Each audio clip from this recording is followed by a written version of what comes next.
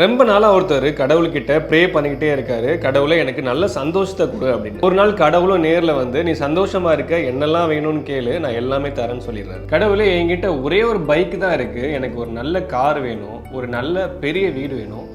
கை நிறைய பணம் வேணும்னு கேட்குறாரு. கடவுள் உடனே அவருக்கு எல்லாத்தையுமே கிராண்ட் பண்ணிடுறாரு. அவர் கேட்ட எல்லாத்தையுமே கொடுத்துட்டாரு. இவர் கொஞ்ச நாள் கழிச்சு இவர் கடவுள்கிட்ட போய் நீங்கள் கொடுத்த எதுவுமே எனக்கு போதுமானதா இல்லை, நான் நிம்மதியாக இருக்கிற மாதிரி எல்லாத்தையும் எனக்கு கொடுத்துருங்க அப்படின்னு கேட்குறாரு. கடவுள் உடனே எப்பா நீ கேட்குறத கரெக்டாக கேளு, உனக்கு நிம்மதி வேணுமா சந்தோஷம் வேணுமா, ஏன்னா ரெண்டுமே வேற வேற அப்படிங்கிறாரு. இவர் உடனே நீங்கள் லாஸ்ட் டைம் கொடுத்த சந்தோஷம் அவ்வளோ எனக்கு போதுமானதா இல்லை, இந்த தடவை எனக்கு நிம்மதி கொடுத்துருங்க அப்படின்னு கேட்குறாரு. கடவுள் உடனே உனக்கு நிம்மதி தான் வேணும் அப்படின்னா உனக்கு எல்லாமே கொடுத்தாச்சு, உனக்கு கொடுக்கப்பட்டதை உன்னோட தகுதிக்கு கீழே உள்ளவங்களோட கம்பேர் பண்ணால் உனக்கு நிம்மதியும் கிடைக்கும், அடிஷ்னல் போனஸாக சந்தோஷமும் கிடைக்கும். அதுவே உன்னோட தகுதிக்கு மேலே இருக்கவங்களோட கம்பேர் பண்ணால் உனக்கு நிம்மதியும் இருக்காது சந்தோஷமும் இருக்காதுன்னு சொல்லிட்டு கடவுள் மறைஞ்சிட்டாரு. நீங்கள் நிம்மதியாக இருக்கீங்களா சந்தோஷமாக இருக்கீங்களான்னு கமெண்ட் செக்ஷனில் சொல்லுங்கள்.